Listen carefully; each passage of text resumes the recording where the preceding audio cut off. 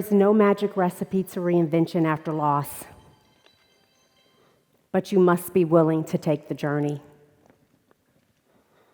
My entire world came crashing down when I lost my 19-year-old son, Noah Andre Howard Wilson, to suicide. My greatest fear, losing my firstborn and only son.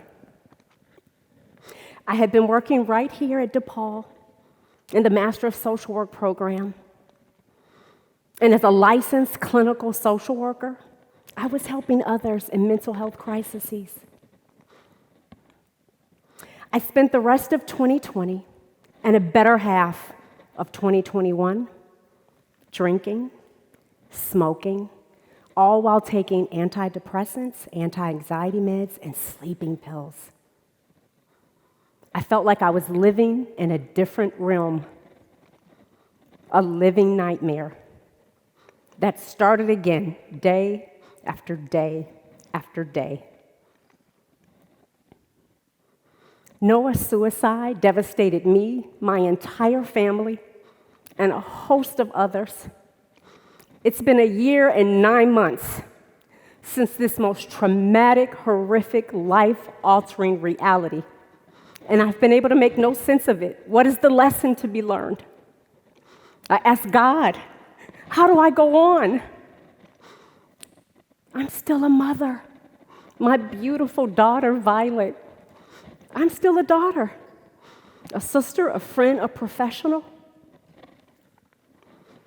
Lots of folks offered me advice. You gotta live for Violet. Oh, your mom and dad, they would just die. You gotta live for Noah now.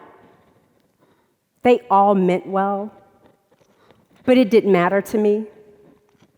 They didn't understand the deep and agonizing pain I was in. I did not want to go on. My bigger-than-life son was gone. The apple of my eye. Phenomenal artist. He graduated top 10 of his high school class, awarded him a full tuition scholarship to the School of Art Institute right here in Chicago. And somehow people expected me to go on? I thought, this is an impossible feat. I can't do it. I won't do it.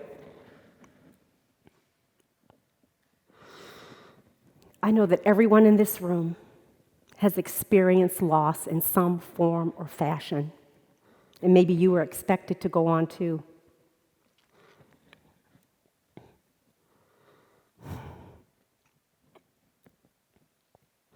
There's no magic recipe to reinvention after loss, but you must be willing to take the journey.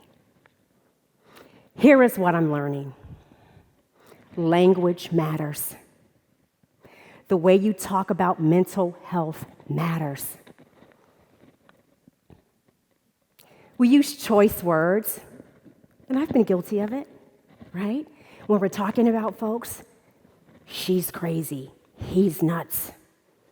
They're not crazy, they're not nuts. They're suffering in a mental health crisis. They probably have a mental health disorder, be it diagnosed or undiagnosed. Language matters. The way we talk about mental health matters. So I urge you, please be cognizant in these discussions about people suffering in a mental health crisis. Take care of yourself, right? And don't go it alone. I was in therapy weekly in multiple grief groups through Catholic Charities Loss Program, a program dedicated strictly to the survivors of loss to suicide. Catholic Charities saved my life, figuratively and literally. I wouldn't be standing here without them. You have to take care of yourself, and you can't do it alone. If you're in a loss journey, get into therapy, get into support groups, take care of yourself. Self-care is important. 3, Rediscover who you are, your authentic self. I used to care about what people thought of me. I let what people thought of me guide my decisions and actions. Not anymore. I make decisions now based on what's good for me and my daughter, Violet. Noah once said, "Don't conform, go against the norm." I fully understand his sentiment now. No more going with the status quo just because it's safe from society's lens. No, not anymore. Rediscover who you are, or discover who you are for the first time, and be true to your authentic self. There is no magic recipe to reinvention after loss, but you must be willing to take the journey, and it won't be pretty. I stand before you now as living proof. Thank you.